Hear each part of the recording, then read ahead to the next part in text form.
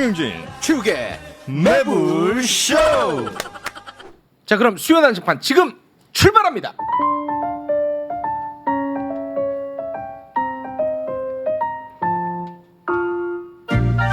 수요 난장판.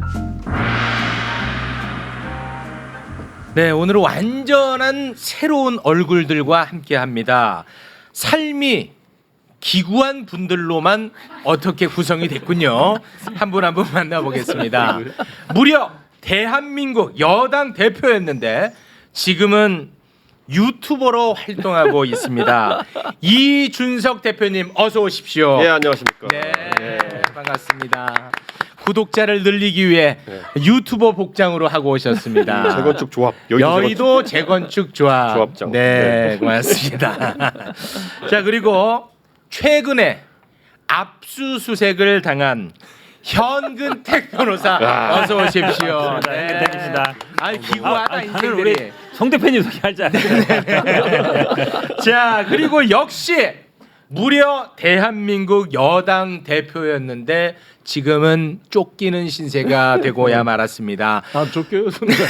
아직 압수수색을 아직 안 나가셨죠? 주변 사람들 당했죠. 네. 아, 주변 다 당했구나. 송영길 대표님 어서 오십시오. 네, 네, 반갑습니다. 자, 그리고 평생의 꿈이 방통위원 한 번 해보는 건데 학폭 은폐 의혹도 없고 방송 장악할 기회도 없었는데 매번 떨어지는 최진봉 교수님 어서 오십시오. 반갑습니다. 네, 고맙습니다. 다들 기구하다 기구해. 네. 사적인 질문 몇 가지 하고 바로 사안으로 좀 들어가 보겠습니다. 이준석 대표 예. 만나면 진짜 개인적으로 예. 좀 여쭤보고 싶었던 것들이 좀 있거든요. 뭐요? 그 대표 시절에 대통령 선거도 이겨, 네. 지방 선거도 이겨. 네. 어떻게 보면 대표로서는 할 거 다 한 거 아니겠습니까? 그런데 그야말로 비참하게 쫓겨났잖아요. 그러면 인간인 이상 뭐 배신감이 들 수도 있고 뭐 실망할 수도 있고 괴로울 수도 있고 아니면 뭐 아까울 수도 있고 그런 마음을 어떻게 추스렸습니까? 요즘 이제 갈팡질팡하다가 네, 오랜만에 그 영화 돌려보기 비슷하게 캐리비안의 해적을 보고 네. 내 배를 되찾겠어. 이거. 아, 지금 총선호 얘기 계속 나오고 있거든요. 머리에 이제 딱 삼각형 모자가 쓰여 있는 거예요.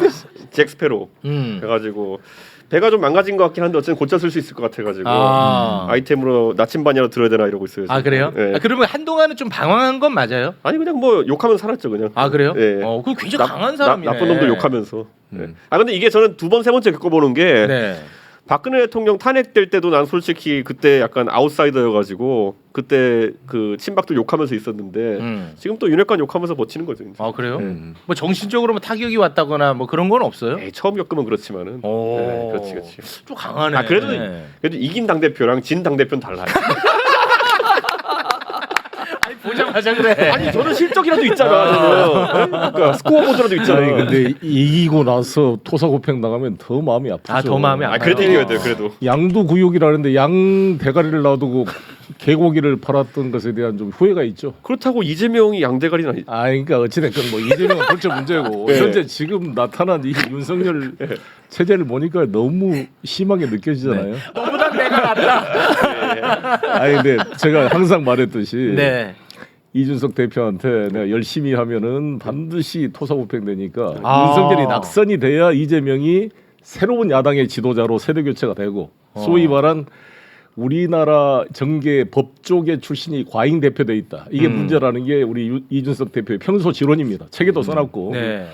나도 그걸 공감했고 그래서 이번에 열심히 하는 척하다가도 윤석열이 떨어져야 야권이 이 소위 판검사 출신들이 물러나고 유승민, 이준석 체제로 야당이 재편될 것이고 여당도 친노 친문 세력이 후퇴하고 이재명을 중심으로 한 새로운 세력이 송영길과 함께 만들어져서 네. 여야 모두가 개혁적으로 바뀌게 되면 저 송영길과 이준석이 여야 대표로 만났으면 정치의 판도가 달라지지 않겠어요? 지금 이 김기현, 이재명의 지금 여야 관계와는 비교가 안 됐을 거라고. 아니, 생각합니다. 그런 얘기를 하셨다는 거죠. 이해할 수 없는 이유로 이 방송을 보고 계신 태극기 부대 여러분, 제가 저런 공작을 다 물리치고 당선시켰습니다. 그런데 이 결과가 뭡니까? 윤석열 대통령이 알아줘야 되는데. 진 것보단 나아요. 막 중간에 막 도망가고 막 안 한다고 했던 게 다 그런 공작이 약간 영향을 받은 거 아니지. 같네. 근태경 항상 이렇게 평면적으로 분석을 하는데 제가 한번 그 이제 삽질하러 가는 사람들을 좀 올바른 길로 이끌어 보려고 충격요법을 쓴 거예요. 아 네. 전략적으로. 근데 이기고 나니까 내 보따리 내놔라 이러고 있는 건데 어. 그건 뭐 본성이니까 어쩔 수 없는 거고. 아. 네. 그렇게 살라지 뭐. 네. 근데 왜 이렇게 인간적으로 싫어해요? 그거 안 그래도 제 다음 질문이거든요. 윤석열 대통령이 뭐 네. 그냥 아니 뭐 너무- 여러 설이 있어요. 뭐 아니 본인이 몰라 설로 알아야 돼요? 그러니까 이게 이런 거잖아요. 앞에서 웃어요. 네, 그러니까 전 모르죠. 그러니까 누가 저한테 야 윤석열 대통령 가서 화해해라 그러는데 화해는 이렇게 술 먹고 멱살 잡고 싸운 다음에 그냥 내일 야 우리 뭐 싸웠는데 화해자 이런 거지. 네. 명시적으로 뭘 대통령이 하고 싶은데 안 하게 해준 게 있다든지 이런 게 명확해야지. 야 나 쟤때 이것 때문에 짜증났어 이런 게 있어야지 화해하는 건데 네. 그게 없어요. 그럼 대면했을 때 갈등도 없었어요? 대면했을 때면 술잔. 술 먹으면 소통이 될 텐데.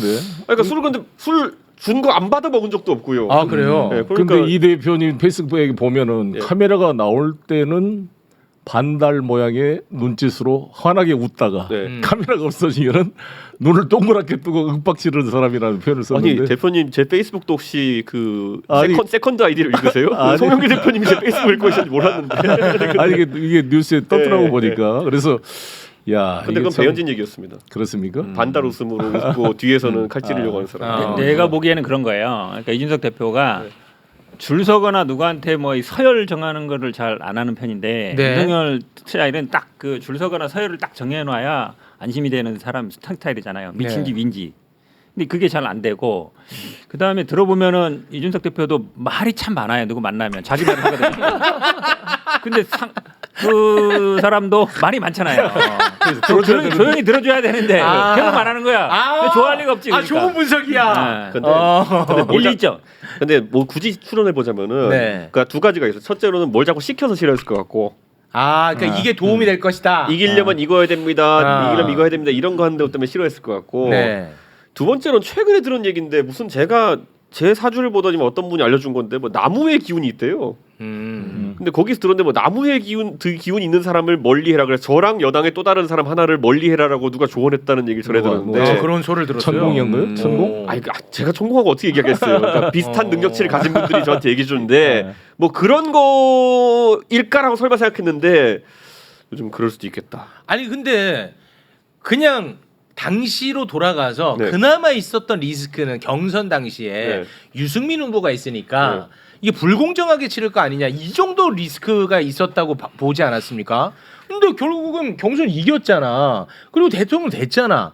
근데 지금 느껴지기로는 이재명 대표보다 이준석 대표를 더 싫어하는 것처럼 느껴지거든요. 그게 이제 제가 소위 말하는 내부 총질론의 근거거든요. 지금 윤석열 대통령이 당선되고 1년 동안 이재명 대표를 치는데 주력했느냐 아니면 내부 총질을 하는데 주력했느냐.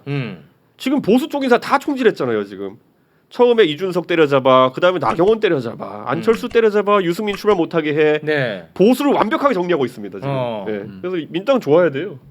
그러면 그냥 서열 정리 차원에서 이준석은 희생됐다 이렇게 보면 될까요? 아니죠. 그건 아니고 뭔가 있어? 아이 뭐 그건 제가 봤을 때는 여러 가지 복잡한 게 있겠지만은 이거 오늘 못 풀리. 이거 풀렸어야 되는데 오늘 하루 하고 끝날 거 아니잖아. 보통 검사들이요. 검사들이 기관장으로 이제 어떤 뭐 인천지검장, 지역지검장으로 오잖아요. 그럼 기관장 회의를 해요. 근데 거기서 이준석 대표처럼 막 잘난 체하고 뭐 가르치려고 그러면은 돌아와서 야 저 새끼 수사해 압수수색해서 구속시켜. 그래서 바로 구속시킨다는 게 이문정 검사도 그 인터뷰했고 제가 검사 15시절에 직접 겪은 겁니다. 진짜. 바로 이 기관장 회의에 가는데 뭐 세무서장이나 누가 목에 힘을 주고 검사장한테 뭐 가르치려고 말을 떠들었다. 돌아와가지고 특수부장한테 야 저 새끼 압수수색해서 구속시켜. 이게 검사 카르텔입니다. 이게. 말의 양 굉장히 일리 있는 분석일 수 있겠네요.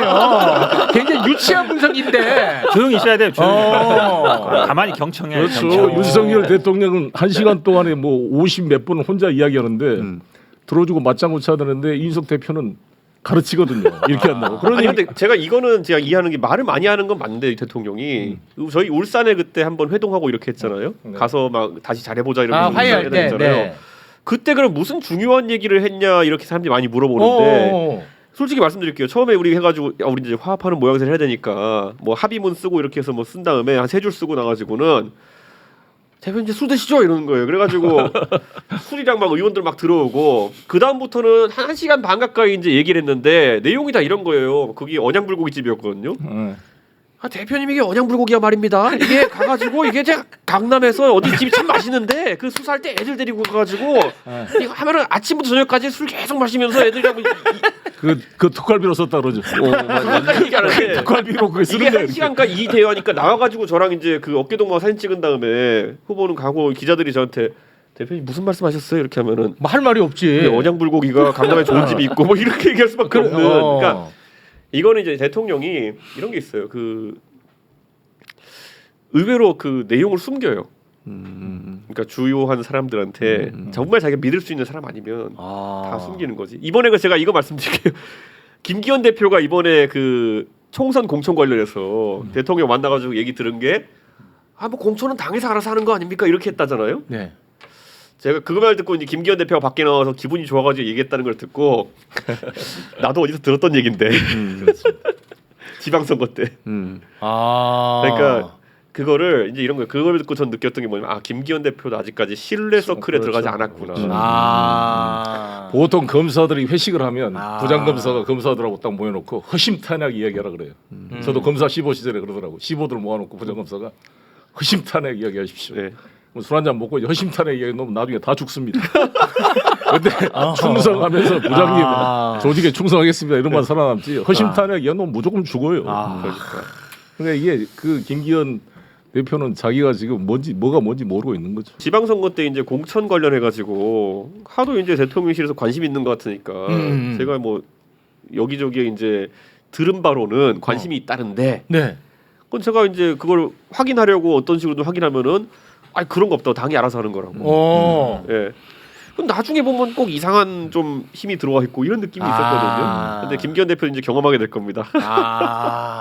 진짜 내 마음에 있는 이야기는 하지 않는군요. 그리고 그거를 못 읽으면 이제 서운해지는 거고. 잘 생각해 보시라고요. 저는 박근혜 대통령 탄핵에 대해 가지고 그때 탄핵이 그 시기에 정당했다 제가 얘기했지만은 법리가 되게 그물코가 얇아진 건 맞아요. 그러니까 예전에는 대통령이 당연히 할 수 있었던 것들 같은 특활비나 아니면은 뭐 공천개입 이런 것들에 대해서 그때 특검팀에서 아주 엄격하게 수사해가지고 다 잡아놓은 거잖아요. 그 30몇 년 때린 거 아니에요. 네. 그러면은 그럼 이 법리 체계를 만든 사람이 지금 윤석열 대통령이라는 거예요. 그렇죠. 그러니까 자기가 박근혜 대통령에게 적용한 것이 무엇인지 너무 잘 알기 때문에 그에 해당하는 건 안 하려고 할 거예요. 뭘 안 하려고 했지 더 이상 아니 적어도 내가 하고 믿을 있는데. 수 없는 놈이 그걸 인지할 수 있게 하지 않겠죠. 모든 국민이 알고 있는데 예를 들어서 최순실과 박근혜 대통령 관계를 박근혜 대통령이 직접 돈을 받거나 건 아니었잖아요. 네. 최순실이 받고 관리했다는 네. 건데 두 분이 경제 공동체이기 때문에 사실상 공범이다 이런 논리를 폈다고요. 근데 그 둘이 부부 관계도 아닌데 지금 김건희 여사와 최은순 장모와 윤석열이야말로 가족 경제 공동체로 사실상 공범 논리를 적용하기 훨씬 더 조건이 좋은 거죠. 그러니까 저는 이 윤석열 대통령 대통령 끝나고 나면 반드시 수사해서 본인이 박근혜 대통령에게 적용했던 그 법리를 적용하면 바로 구속된다고 봅니다. 근데 이준석 대표는 이제 그런 것들을 근거로 남기지는 않는다 이런 네. 거죠. 아 근데 저희 이거 방송 오늘 한마디 할 때마다 송 대표님 말씀하신 밑에 출연자 개인 의견이나 띄워주면 안 되나요? 아이고 개인 의견이 대표님이 더 심한데요 지금. 괜히 근태경이 잡혀갈까봐. 그럼 나 질문 하나 있어. 질문 하나. 지금 이제 그 공천 얘기를 하니까 나 사실은 지난번 지방선거 때 제일 공천에 의아했던 게 지금 김진태 강원도지사 공천이었거든. 왜냐하면 처음에 잘렸단 말이에요. 아웃됐죠. 아웃됐다가 막 농성하고 막 이러다가 살아났어. 네. 그러면 그 전에도 뭐 어쨌든 검사 출신이기도 하고 그 전에도 나쁘진 않았을 것 같은데 잘렸다가 살려준 거잖아요. 처음부터 살린 게 아니고. 그러면 막 찾아가서 막 충성맹세하고 막 그렇게 한 거예요? 아니면 뭔가 이유가 있어요? 김진태 공천 과정. 와 그건 말해줄 수가 없다. 이게 이 대표 중요한 질문. 살려줬잖아. 이 질문 이준석 대표가 살려준 그러니까 거예요? 제가 저는 김진태 의원이 다른 것보다도 대선 때도 이제 이재명 검증위원회 이런 거 했거든요. 김진태 의원이. 그래서 그럼 대선 때부터 사람을 쓰지 말던지 써놓고 와서 지금 와서 부적격자하고 경선도 안 시킬 수는 없지 않느냐. 그러니까 경선은 시키자가 제 입장이었고. 근데 이제 그 당시에 공관위에서 경선도 안 시켜주려고 하니까. 그 누구 의중이에요? 그때는 이제 외견상으로 정진석 공관위원장의 의중이었죠. 제가 그래서 이제 저도 그래서 가서 이불 주고 농성원대 가가지고 해줬던 건데 그 안에 있었던 이들은 전에 들은 건 있으나 제가 직접 본 건 아니기 때문에 네. 중요한 나중에 포인트에서 화장실에 얘기해줄게. 뭐가 또 있었나 뭐 보네. 매불쇼에서 이야기를 해요. 이게. 화장실에 그렇지, 얘기해줄게. 그렇지. 오늘 400만 한번 가보죠. 오늘 가야 돼 꼭? 오늘 가야 돼? 알겠습니다. 네. 자, 그러면 갈 길이 멀어요. 할 이야기도 많고. 우리 송 대표님, 네. 송 대표님도 지금 뭐 누구 이야기할 때가 아닌 게 지금 뭐 주변 인물들 전방위적으로 엄청난 압박을 받고 있지 않습니까? 공권력에 의해서. 어때요? 그 마음은? 힘들죠. 이 100여 명이 거의 한 100여 번 압수수색이 된 것 같아요. 아휴. 근데 정말 제가 윤석열 대통령을 서울중앙지검에 고발장을 접수하자마자 그 다음 날 또 제 주변 사람 뭐 여수까지 가가지고 버스 2대로 검사 수사관들이 가서 10군데를 동시에 압수수색을 했더라고요. 거의 진짜 검사가 수사권으로 보복하는 그 깡패 짓을 하고 있는데. 그 말 어디서 근데- 들은 말인데. 예, 그 유명하신 분이 했으니까. 근데 제가 정말 감사한 것은 그 불려갔던 분 대부분들이 나는 괜찮다, 송영길 잘 싸우고 있다, 지지한다 이런 의사를 간접적으로 전달해 왔을 때 눈물나게 감사드립니다. 그리고 요즘에 거리에 다녀보면 우리 이준석 대표께서 좀 눈을 흘겨보는 사람들이 있다, 수도권 민심이 심상치 않다 이런 표현을 썼는데 저는 다녀보면 지나가는 차에서도 문을 열고 송영길 대표 파이팅 이런 분들을 만나게 돼요. 제가 정치 생활 24년 만에 이런 경험은 처음입니다. 그래요? 네. 같이 한번 저랑 같이 지하철 한번 타보시죠. 어떤 말을 한번 타봅시다. 오늘도 식당에 갔는데 식당 옆에 손님이 오늘 제가 태릉 육사의 그 네. 홍범도장군 철거 받는 기자회견으로 갔는데 거기 있는 분들이 제 아내하고 전부 식사값을 다 내주고 왔어요. 그래요? 지지한다고. 그래서 참 힘이 나고 있습니다. 그 정도로 인기가 많지는 않던데. 그렇게 체감하신다 이거죠. 그래서 제가 요즘에 그런 게 그나마 위로가 된다. 그리고 이제 송영길 TV를 나도 우리 재건축 조합처럼 만들어서 제 개인 미디어를 하고 있는데 네. 많은 분들이 관심을 가져주고 있어서 네. 오늘도 생존했는데 동접이 한 2,600명 좀 나오더라고요. 그래서 네. 힘을 얻고 있습니다. 네, 알겠습니다. 자, 최근에 국민의힘 연찬회에서 윤석열 대통령이 한 발언을 보면 우리가 많은 생각을 좀 엿볼 수가 있을 것 같습니다. 먼저 윤석열 대통령이 이런 발언을 했습니다. 가장 중요한 게 이념이다. 근데 최근에 이념 논란 계속되고 있지 않습니까? 아까 이제 말씀을 하셨지만 독립운동가 홍범도 장군의 흉상을 이전 추진하려고 하자 아주 정말 시끄럽습니다. 지금 이것 때문에 지금 난리가 났는데 이 홍범도 장군 관련해 가지고는 보수에서도 평가가 갈리진 않잖아요. 그러니까 이거를 그냥 제가 쉽게 풀어드리면요. 원래 우리가 국가보훈처가 국가보훈부가 됐잖아요. 근데 원래 우리 당에서는 국가보훈 관련해서 비례대표 받으신 분이 윤봉길 의자 손녀인 윤주경 의원입니다. 네. 그래서 우리 안에 보면 그 전에도 김좌진 장군의 그 손녀인 김을동 의원이 계셨고, 그래서 적어도 보수 안에서 독립운동가 계열에 대한 어떤 우대가 있었어요. 네. 근데 이번에 국가보훈부 장관이 된 박민식 의원 같은 경우에는 그 아버지께서 베트남 전쟁에서 그때 첩보 작전하시다가 돌아가셔가지고 박순유 중령이라고 돌아가셔가지고 군 계열입니다. 그래가지고 독립운동가 계열에서는 처음부터 이런 거에 있어서 뭐 알력까지는 아니지만은 약간은 우려를 하고 있었어요. 네, 그래서 그 이런 또 군 관련 보훈 쪽으로 너무 집중되는 거 아닌가 이렇게 갔는데 지금 봤을 때는 이제 어떻게 했냐면 독립운동가 계열은 수는 적지만은 우리가 기억하는 역가서 교과서 이름 나오는 분들이 많아요. 윤봉길, 김구 뭐 이렇게 다 나오잖아요. 네네. 그런데 군 관련은 아무래도 뭐 상위군인도 계시고 한국전 유공자 뭐 그다음 베트남전 유공자 다 해가지고 일원은 많지만은 우리가 기억하는 영웅격에 해당하는 분들이 적어요. 그래서 굳이 말하면은 군인 중에서는 보수에는 백선엽 장군을 이제 앞장 세워가지고 이제 그 군 관련 공적을 이야기하는 것이고 이게 그래서 항상 약간 어느 쪽을 더 우대하느냐에 알력이 있는 것인데 보수 내에서 이번에 그러니까 육사의 흉상을 독립운동가 계열을 좀 빼고 군 계열을 군계열을 넣자라는 얘기가 나오는 거는 그런 움직임의 일환이다 보시면 돼요. 네. 근데 그렇게 하면 넣을 사람이 아까 말했던 것처럼 국민이 이름을 알만한 분은 백선엽 장군이 우선시되다 보니까 네. 이거 빼고 이거 넣는다라는 얘기가 나오는 거고 다만 이제 홍범도 장군을 여기 넣은 거는 네.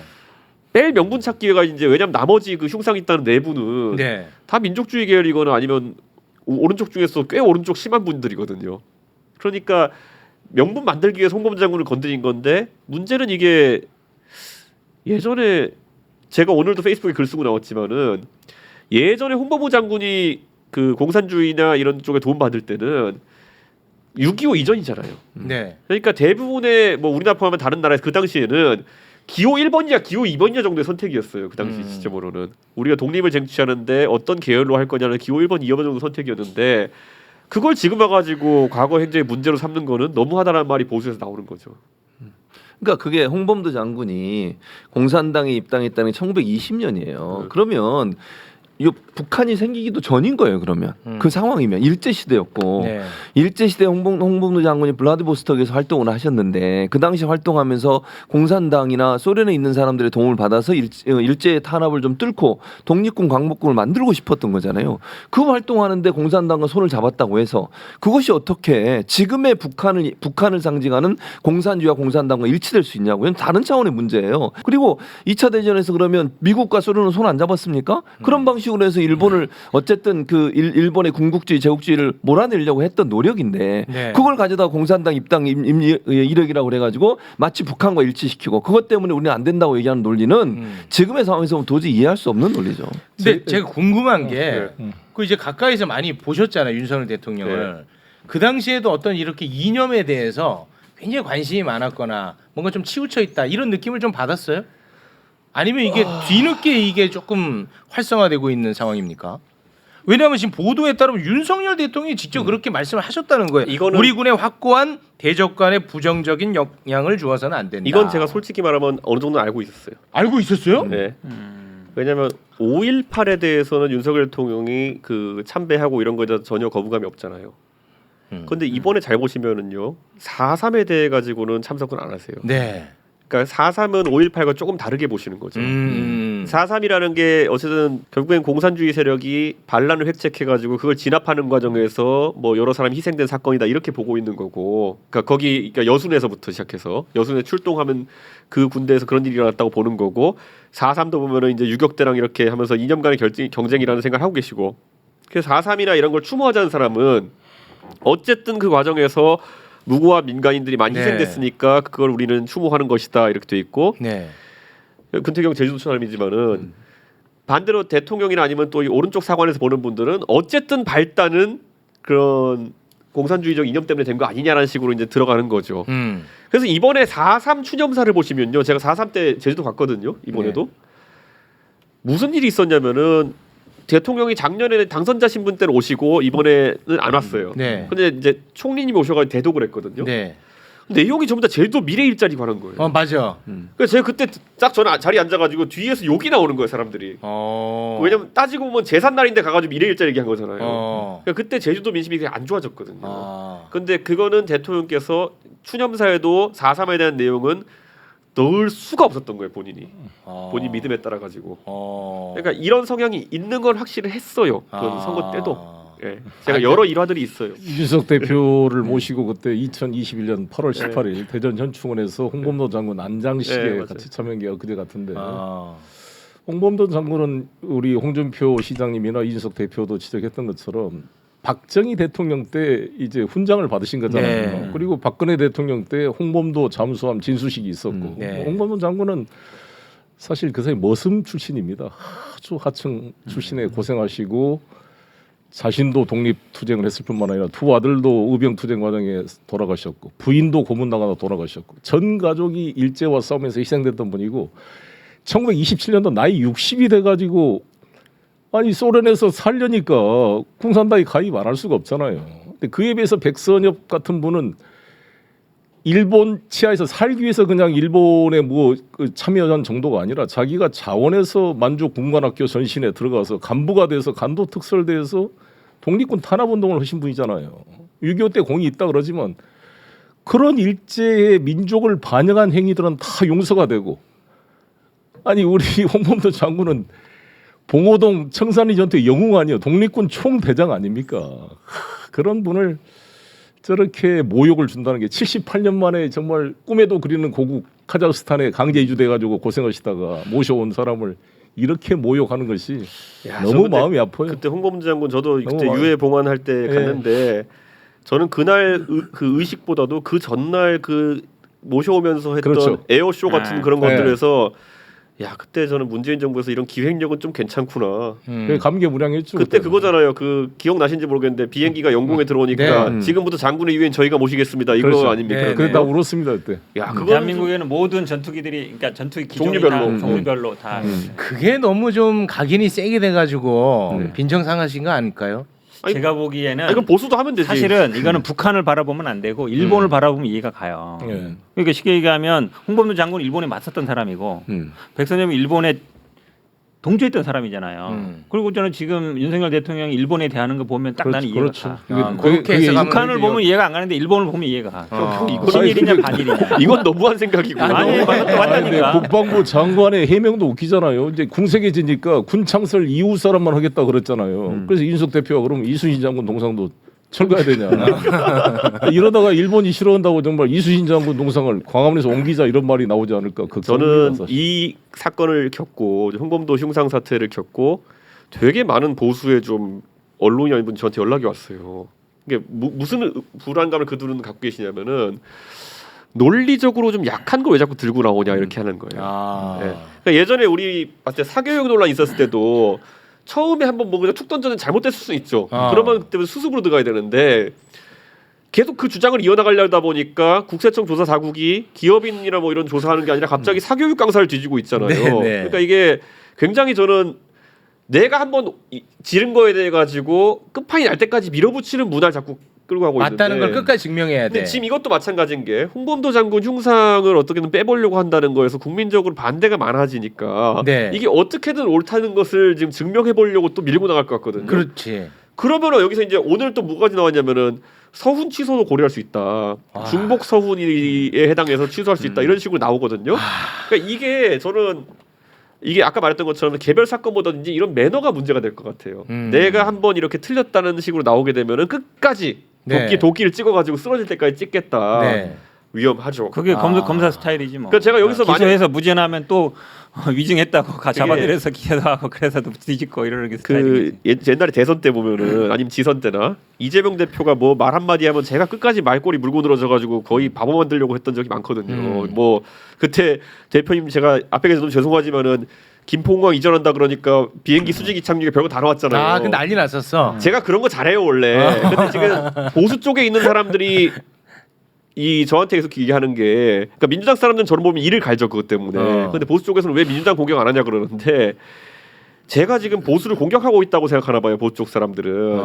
근데 공격하면 이것보다 훨씬 잘합니다 제가. 그러니까 이런 거예요. 제가 오늘 페이스북에도 아직 안 쓰고 이거는 가만히 보고 있지만은 자 그럼 홍범도 장군이 그 독립운동을 하면서 만주나 소련을 무대로 활동했던 게 우리 독립군인데 그러면은 지금은 세계가 이제 중국 쪽과 미국 쪽으로 갈라져 있다. 그리고 냉전 시기에는 공산 세력과 자유진영 나눠져 있었다. 이런 이분법이지만은 2차 대전 이전으로 가면요 좀 더 달라요. 그러니까 그때는 아까 교수님 말했던 것처럼 소련이랑 미국이 한패였고 그리고 히틀러나 이런 일본 같은 전체주의 세력이 한패였거든요. 그러면 소련과 손을 잡고 만주에서 활동하지 말라고 하는 거는 그럼 미국과 손을 잡고 만주에서 뛰라는 건지 그건 말이 안 되잖아요. 네. 그러면은 독일이랑 나치랑 손을 잡으라는 건지 이게 말이 안 되잖아요. 어디랑 손 잡으라는 건지. 왜냐면 하다못해 2차 대전 때도 레지스탕스를 하려 그러면 어디에 의존해야 돼요. 폴란드 그렇죠. 군이 나라를 잃고 영국 가가지고 거기서 군대를 길렀잖아요. 기지를 당장 어디 둘 거예요. 그러면 영국과 협력할 수밖에 없죠. 프랑스도 자유 프랑스군이 어디서 해야 할 거예요. 보면은 영국과 살 수밖에 없죠. 그럼 그 상황에서 홍범도 장군이 선택이 있었겠느냐는 한번 고민해봐야 되는 거거든요. 네. 근데 여기서 막무가내로 그냥 공산당 가입 이력 있으면 안 된다? 여기서부터 시작하면요. 태영호 의원까지는 안 꺼내겠지만은 또 꺼내네. 내 요거 꺼낼 것 같더라고. 네. 이러니까 내부 총질이라는 당 대표야. 그러니까 내부 총질 시작도 안 했다 이거예요. 지금 이렇게 생각하면은. 그러니까 요거 꺼낼 것 같더라고. 논리적으로 이 싸움은 들어가면 안 되는 싸움인데 지금 오늘 대통령께서 또 무슨 말을 했냐면은 이런 이념 갈등이 나왔을 때는 논리적으로 싸울 준비가 부처별로 돼 있어야 된다 이렇게 하셨어요. 근데 이게 아이템이 이렇게 구린데 뭘 싸웁니까 이걸 가서. 아니 그러니까 저는 궁금한 게 솔직히 한 발만 더 들어가면 논리가 깨지는 것들이 많았단 말이에요. 네. 그럼 그걸 옆에 참모들이 한두 명입니까? 그런데 그걸 왜 자꾸 밀어붙여? 그러니까 대통령께서는 군대를 면제받으셨고 저는 병특이지만은 병법의 가장 기본이 뭐냐면 축차 투입을 하지 말라는 거예요. 그 뭐예요? 망한 데다 자꾸 군사 집어넣지 말라는 거예요. 그러니까 망한 데다가 골짜기에 다 이제 죽고 있는데 계속 거기에 병력만 넣으면 이길 것이다. 네. 이게 지금 보수가 모든 이슈에 대해 가지고 거의 그렇게 가는 것 같아요. 한 번 망한 전장 계속 병서를 집어넣고 있는 거예요. 네. 네, 지금 보시면은 우리 당의 초선 의원들 보면요, 계속 뭐 하나 이상한 게 생기면 거기에 투입돼 가지고 다 망가져요. 지금 우리 당에 보면은 군인 출신 의원들 몇 분 안 계시거든요. 네. 뭐 신원식 의원, 한기호 의원 몇 분 안 계세요. 네. 신원식 의원이 저렇게 급격하게 좀 망가지는 모습으로 가실지 아무도 몰랐습니다. 이따 좀 얘기할 겁니다. 네, 그러니까 이 축사 투입이 없어야 되는데 대통령께서 전술을 좀 더 아니 연마하셔야 그럼 되고. 거기에 투입되는 그 자원들은 속내를 좀 들어본 적이 있어요? 있죠, 많죠. 뭐라 그래요? 예전에 김건희 여사가 그 학력 기준이 뭐니 이런 거 말이 나왔을 때 그때 우리 당에서 무슨 일이 있었냐면 교수 출신 의원들이라고 해가지고 다 모여가지고 그치. 기자회견 한번 했죠. 문제가 없다 기자회견을 하려고 한 적이 있었어요. 그래서 제가 의원들 다 불러가지고 제가 뭐라고 했냐면은 이거로 막아질 수 있다 생각하면 오산이요. 둘째로는 당신들 전부 다 겸임 교수 아니냐. 빠져라. 이거는 진짜 가서 여러분이 예를 들어서 교수로서 누구 학위를 주고 이런 걸 제대로 해본 것도 아니고 그냥 다들 그냥 교수 명단 숫자 늘리려고 다 겸임 교수 집어넣은 거 아니냐. 빠져라 그랬는데 그때 안 빠지더라고요. 그리고 또 그 다음 건이 뭐냐면은 뭐 이재명 아들 공격한다고 그랬나? 그때 뭘 다 우르르 몰려가지고 30명인가 집단 성명냈다가 허위 사실이 들어있어가지고 다 고소당했어요. 그러니까 이런 일이 계속 발생하는데 그래서 우리 지금 초선 의원급 자원 중에 보면은 만신창이가 아닌 사람이 없어요. 근데 이 문제의 가장 큰 게 뭐냐면은 그럼 이런 거잖아요. 우리가 봤을 때 자, 네가 당을 위해서 애썼으니까 나중에 그래도 공천은 챙겨줄게 이 방향으로 가는 걸 기대하고 그렇게겠죠. 그렇겠죠. 근데 그게 아니라 니네 망가졌으니까 이제 가 이렇게 돼요 나중에. 나중에 그렇게 된다고요? 그러니까. 에이 그러진 않겠죠. 그게 도사고팽이죠. 두고 보십시오. 에이 그러진 않겠죠. 그게 바로 지금 우리 당의 부산 지역 의원들의 가장 큰 문제입니다. 그래요? 네. 돌격대를 가장 열심히 했어요. 네. 근데 지금 보면 이제 또 그러면 요즘 그래서 대통령실 발로 이제 나오는 얘기 뭐냐면은 걔네 지역에서 인기 없잖아 이렇게 나오는 거예요. 그러면 누가 그렇게 만들었습니까를 나도 물어야 되는데 그러지도 못하고 지금 꽁꽁 앓으면서 부산 지역 의원들은 벌벌 떨고 있는 거예요. 자 그리고 저는 진짜 또 이해가 안 가는 게 이 안보 엄청 강조 많이 하고 있지 않습니까? 뭐 군대 엄청 강조 많이. 아까 좀 말씀하셨죠? 뭐 독립 계열보다 군 계열을 더 존중한다. 네. 그런데 지금 군 조직은 엉망이 되어가는 느낌을 많이 받고 있습니다. 윤석열 대통령이 최상병 관련해서 이거 진상규명 철저히 해서 재발 방지해라 강력하게 지시하지 않았습니까? 그래서 열심히 수사했습니다. 그런데 이첩전에 보고를 했더니 아니 사단장을 이런 걸로 처벌하면은 누가 앞으로 사단장을 하겠냐라고 경로했다는 MBC 보도가 있었습니다. 물론 대통령실에서는 이 부인하고 있습니다만 이런 어떤 상충되는 모습들 이거는 어떻게 바라봐야 돼요? 그래서 지금 여기서 좀 모순이 생겨버린 게 대통령이 제가 봤을 때는 아마 보고를 처음에 잘못 봤을 가능성이 높다 봐요. 어떤? 그러니까 이번에는 해병대에서 제가 봤을 때 그 1사단장이라는 분은 잘못된 지시를 내렸기 때문에 이분은 실제적인 책임이 있다 봐요 저는. 그런데 대통령은 아마 정무적 책임을 1사단장 지라고 하는 거냐 그러니까 이래가지고 사단장이니까 야 이러면 안 되지 다시 해 이렇게 했는데 사태 파악이 전혀 안 됐던 거죠. 지금 누가 봐도 나오는 걸 보면 1사단장이 뭐 지시상 내린 거 보면은 뭐 좀 무리한 요구를 했던 게 사실인데 대통령은 아마 이상민 장관 건이랑 비슷하게 생각한 것 같아. 근데 이제 우리 이준석 대표께서 많이 헤아려 주시네. 많이 헤아려 준것 같은데 많이 헤아려 주시네. 윤석열 대통령이 검찰총장 출신이 이 정도 사건을 바로 파악 못한다는 것은 말이 안 되는 이야기라고 보고 그거는 지력의 문제가 아니라 바쁘셨겠지. 많이 헤아려 주시네. 그것은 김태효, 임성근 그 우리 그 국방부 장관이 다 이 MB 때 국가안보실 다 멤버들 이종석. 아닙니까? 이종석 국방부 장관하고 그리고 대대장도 사단장 지시 없이 내가 어떻게 했냐고 지금 항변하고 있잖아요. 그래서 사실 임성근 사단장의 이 과실 혐의가 있다는 것을 파악한 거고 이게 결론을 내는 것도 아니잖아요. 군 형법상 일단 사망 사건은 일반 경찰에 이첩하는 거예요, 거기서 그냥. 수사하면 되는 네. 건데 왜 이렇게 이 난리를 치냐고 이게. 네. 이게 이렇게 한 것은 이종섭 장관의 판단이 아니라 대통령이 지시하지 않았으면 이런 일이 발생할 수 없어요. 그렇죠. 홍범도 장군 건도 마찬가지고 다 모든 결론은 원희룡 장관이 갑자기 얼굴색이 눈빛이 변해가지고 강산면 뭐 이 고속도로 취소한다 이것도 윤석열 대통령이나 김건희 여사의 직접 전화를 받지 않으면 이해할 수 없는 행동을 한 거거든요. 아이고 또 위험하게 가시네. 아니, 난 출연자 개인 의견. 저는 100% 동의. 동의까지 합니까? 아니 해병대 사령관 사인해, 해군 참모총장 사인해, 국방부 장관 사인해 이첩하라고 이첩했어. 근데 그거 다시 돌려라. 아니 국방부 그렇죠. 장관까지 사인한 거 다시 돌릴 수 있는 사람 대한민국에 한 사람밖에 없어요. 제가 그래서 얘기하잖아요. 한 사람밖에 없어. 증거는 없을 것이다. 그러니까 그러면 이준석 대표 얘기한 대로 하면 대통령이 그러면 집무하는 과정에 있어서 현안 파악을 제대로 안 하는 거예요. 그거를 전 높게 그게 보는 게 문제라. 대선 때도 보면은 이런 거 있잖아요. 그 요새 공약 막 59조 쇼츠 이런 거 그 원희룡 장관이랑 제가 막 해서 냈잖아요. 네. 저희는 분명히 얘기했다고 생각했는데 나중에 모르고 계신 경우 파다했어요. 그래요? 네, 그러니까 뭐 대충 제목만 알고 있고 내용은 잘 몰랐다든지 이런 것들. 그러니까 어떤 일이 있었냐면 제가 이런 거 저희 옛날에 그 대선 때 언론중재법 갖고 싸웠잖아요. 네. 그렇죠. 근데 언론중재법이 이제 그 저희는 당론이 언론중재법 제정 반대였거든요.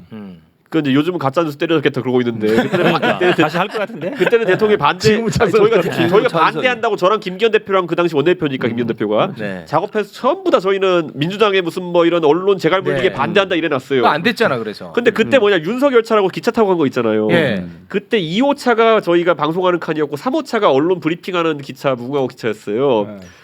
딱 갔는데 이제 그 거기서 이제 저희가 나름대로 마케팅적으로 사상 초유의 후보자 열차 인터뷰 뭐 이런 거 잘 해놨는데 갔는데 이제 MBC 그때 기자였는데 질문이 이렇게 한 거예요. 언론중재법에 대해서 입장을 어떻게 생각하십니까? 했더니만은 대통령이 그때 아무 거리낌 없이 그 언론중재법 말입니다. 그 언론이 잘못된 보도하면은 그 망할 때까지 그거는 대상을 물려.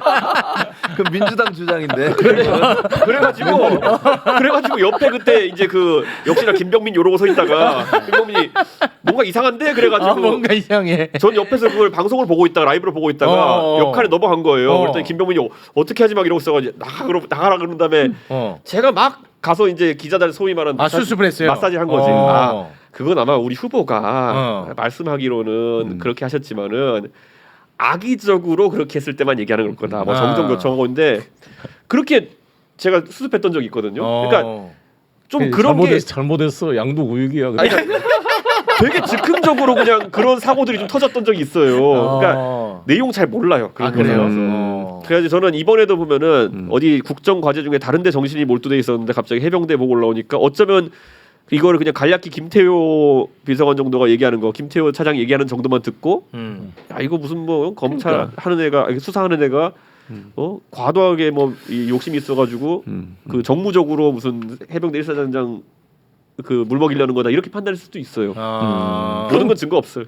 그럼 결국은 윤석열 대통령 주위에 있는 몇 사람 그 사람의 의견만 듣는 거잖아요. 실제적으로 사실은 여러 사람의 의견이나 어떤 객관적인 사실을 가지고 뭘 판단하는 게 아니라 주위에 있는 뭐 김태호든 몇몇 이 사람들의 얘기만 정보만 듣고 그냥 결정하고 판단하는 그런 상황이라고 볼 수 있는 거잖아요. 그러면 만약 저는 아까 말했던 것처럼 아까 송 대표님 말씀대로 시나리오면 그건 심각한 거고 음. 이건 오히려 약간 우리가 이해해 보려는 측면에서는 그것도 그런데 그런 문제가 있죠 지금. 근데 제가 윤석열 대통령에 대한 여러 가지 신뢰 의문이 드는 게 지금도 영상을 보면요 후보 시절에 눈 하나 깜짝 그러잖아요. 저는 특활비 1원도 안 썼습니다. 다 뭐 법인 카드를 썼으면 전부 국민 세금을 썼으면 전부 조사해야 됩니다. 자기 장모가 오히려 피해자입니다. 그러니까 저렇게 진지하게 눈 하나 깜짝하지 않고 저기 거짓말을 하는구나. 그러니까 이게 윤석열 대통령의 말을 액면대로 보면 안 되고 확실히 양도구역이 맞는 것 같아요. 이중성이 그 말의 액면을 믿을 수가 없다. 2023년 최고의 한자성어. 근데 제가 이제 요즘 기대하는 게 2024년에 이제 많은 책들이 나올 텐데 네. 거기에 이제 그 시사 상식책 있잖아요.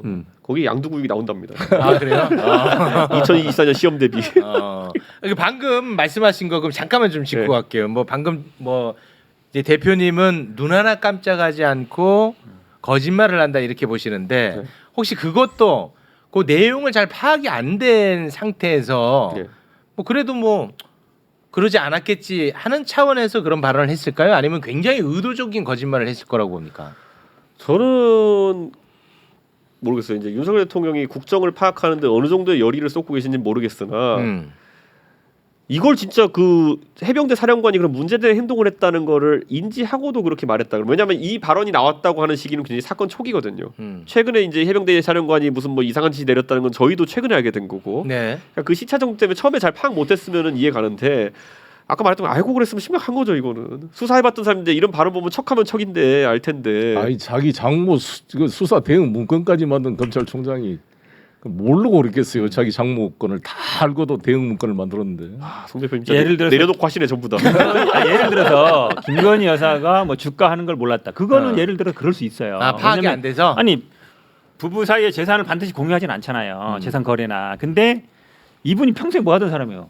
수사하던 사람이잖아요. 평생 네. 수사하던 사람이죠. 그리고 지금 이게 사실은 국방부 장관 결재까지 났고 서류까지 넘어갔단 말이에요. 네. 서류 갖고 갔단 말이에요. 회수해 갔잖아요. 네, 그러니까 어쨌든 넘어갔어요. 서류 가면 간 거예요. 일단 그런데 그거를 다시 돌려.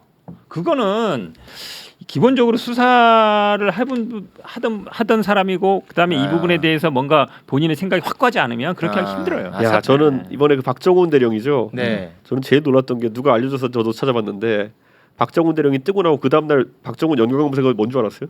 뭐세요? 법학 박사? 연관 검색어. 박정훈 대령의 연관 검색어. 윤석열? 네. 아니, 고향. 고향? 고향 어디에? 고향? 그러니까 사람들이 이 고향? 사건을 고향? 보자마자 박정훈 대통령 혹시 고향을 전라도인가? 찾아 전라도인가를 찾았는데 아유. 포항이다, 이분 포항. 경상북도 포항 출신 찐 해병대더라고. 그러니까 그렇게 하지 말자. 진짜. 정말 저 너무한 거야. 아 진짜 그렇게는 가지 맙시다. 아직도 고향이 연관 검색 뜨거든요. 아이고. 그러니까 저는 이게 그러니까 진짜 이게 이런 거예요. 심각합니다.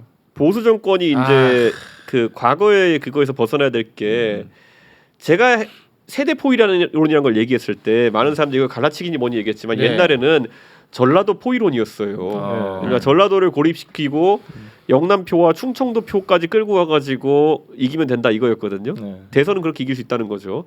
근데 이제 더 이상 그렇게 안 되는 거죠. 그렇습니다. 근데 그래서 세대 포이론이라는 방식으로 간 건데 지금 이거는 이길 수도 없는 호남 포이론으로 가고 있어요 보수 정권이. 그래서 여기에서 대응하는 방식 이번에 잼버리도 전라북도 때리기로 우선 해본 거 아니에요. 네네네네. 그런데 저는 그때 당시에 순천에 있었기 때문에 그 느낌을 받는데 와 이건 이렇게 해가지고 무슨 선거를 하겠다는 거냐는 생각이 진짜 들더라고요. 예, 전라북도가 사실 제가 정운천 의원이랑 전라북도의 새만금 관련 공약을 거의 많이 준비했었는데 새만금은 노태우 대통령이 시작한 거기 때문에 보수의 업적이라고요 전라북도에서. 네. 그러니까 이게 잘 되면은 보수가 2, 3년 동안 좀 늦어졌지만은 그래도 뭔가를 이뤄내는 것이고 전라북도에서 네. 안 되면 보수가 애초에 하면 안 되는 땅에다가 간척을 한 거예요. 그럼 책임감을 갖고 이로 가야 되는데 이번에 보니까 결국 SOC에서 삭감하면서 새만금 예산을 막 깎았더라고요. 근데 저는 이거 전라도 포위로 가가지고는 총선이든 대선이든 지선이든 아무것도 못 이깁니다 앞으로. 네.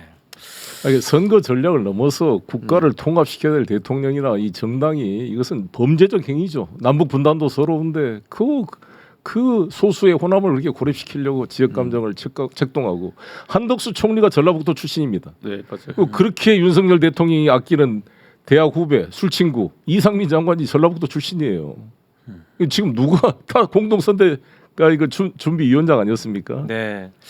알겠습니다. 할 이야기가 너무 많아가지고 네. 좀 다 좀 건너뛰기 예. 싫은 시기는 또 다 건너뛰겠습니다. 예. 네. 후쿠시마 오염수 방류 관련해가지고 좀 여쭤보고 싶은데 윤석열 대통령이 방류 전에는 이제 회도 좀 많이 드시고 뭔가 좀 캠페인성을 많이 좀 보이는 듯했는데 방류가 시작되고 나선 특별한 입장이 없었습니다. 그러다가 연찬회에서 또 관련 발언을 하지 않았습니까? 오염수 방류를 반대하는 사람들 향해서 1 더하기 1을 100이라고 하는 사람들이다. 이런 세력들과 우리는 싸울 수밖에 없다. 이 싸워야 할 대상으로 바라보는 것. 그러니까 저는 뭔가 비판적 목소리가 나올 때마다 항상 똑같은 논리예요. 가짜 뉴스 프레임, 괴담 프레임. 이거 이준석 대표가 있을 때는 이런 건 없었죠. 저는 적어도 고향을 찾아보진 않았죠. 네. 아니 가짜 뉴스 프레임, 괴담 프레임 이거 좀 안 하면 안 됩니까? 아니, 나는 그거 한번 궁금하던데 이준석 대표 계실 때 지금 영상을 보면 주호영 원내대표님이나 네. 그 김기현 대표님이나 원희룡 이런 분들이 나와서 목소리를 높여서 일본 따위가 이런 오염수를 방류하면 용납하지 않겠다, 2년 전에. 소송하겠다. 2년 전에. 2021년도에 예. 아니 결의안까지 통과시켰어요. 네. 근데 지금은 경상북도 경산의회인가요? 뭐 춘천 이런 지방의회에서 우리 민주당 의원들이 이 이야기를 하면은 아예 의원을 징계에 회부하고 단상에서 끌어내리고 그래요? 그러고 있습니다. 지금 어휴. 경상도 쪽에 지금 지방의회에서 와. 거의 이게 무슨 조선 총독부 치하에 들어선 건가? 이게 독도를 우리 땅이다. 오염수 이거 반대한다 말하면 아예 그냥 탄압받고 입을 틀어막는 그런 분위기가 만들어지고 있다는 거죠. 그러니까 이게 정말 심각한 것 같아요. 저는 이제 윤석열 정부가 이제 우리가 봐야 되는 게 그 윤석열 대통령이 나이 50 됐을 때, 그러니까 남자로서 이제 사회 지도층으로 도약할 시점에 그때 본인이 댓글 수사하다가 박근혜 정부에서 아웃됐거든요. 네. 그래서 이제 보수의 대통령이 됐지만은 박근혜 정부 쪽 인사들과의 교류가 굉장히 약해요. 그리고 대부분은 윤석열 대통령이 수사받아 본 적이 있어가지고 그렇게 좋아하질 않아요. 그러다 보니까 자연스럽게 여기에 정치 복귀를 꿈꾸던 소위 친이계라고 하는 분들이 많이 들어갔죠. 네. 그게 사실 이명박 정부 때 인사들이 지금 나이만 좀 더 들어가지고 그대로 와 있는 분들 많잖아요. 너무 많아 갑자기. 근데 그럼 이분들의 입장에서 봤을 때 MB 대통령의 가장 그럼 취약점이 뭐였냐면은 초반에 광우병 괴담에 속아가지고 국민들이 비토놓은 게 심했다 이거예요. 네네. 그러니까 광우병은 실제로 그때 과학적으로는 지금 와서 보면은 근거가 빈약했죠. 그렇기 때문에 그걸 이제 하면서 그때 MB가 나약해가지고 대응을 잘 못했다. MB는 그때 뒷산 가서 막 아침 이슬 부르고 그랬잖아요. 네. 근데 그게 약했다. 그러니까 우리는 강하게 맞서야 된다라는 그 기조가 생긴 거예요. 자, 제가 이 과학을 얘기할 때 제가 방송 가서 농담조로 과학을 얘기하긴 하지만은 풍수도 과학이라고 한 지점에서 과학은 끝났다 제가 얘기했거든요. 근데 그거는 하나고 두 번째로 그럼 과학으로 들어가면은 좀 얄밉긴 해. 아니, 과학의 범위가 너무 넓어져 버렸어요. 얄밉긴 그러니까 해. 그때 무속과 풍수는 다르다였어요. 정확한 워딩이. 그게 당 공식 얘기였거든요. 근데 그럼 자 과학이란 건 이런 거예요. 저희가 이제 여기서 과학이라고 나오는 건 희석 논리잖아요. 물이 몇 조 톤이니까 결국 섞어 놓으면은 그 한참 그 농도는 기준치 밑으로 얕다. 내려간다 네. 이거잖아요. 근데 이 논리라면요. 바다에다 뭘 부어도 돼요. 최욱 씨가 오늘부터 매일 바다에서 똥 싸도 안전해요. 근데 그게 기분의 문제잖아요.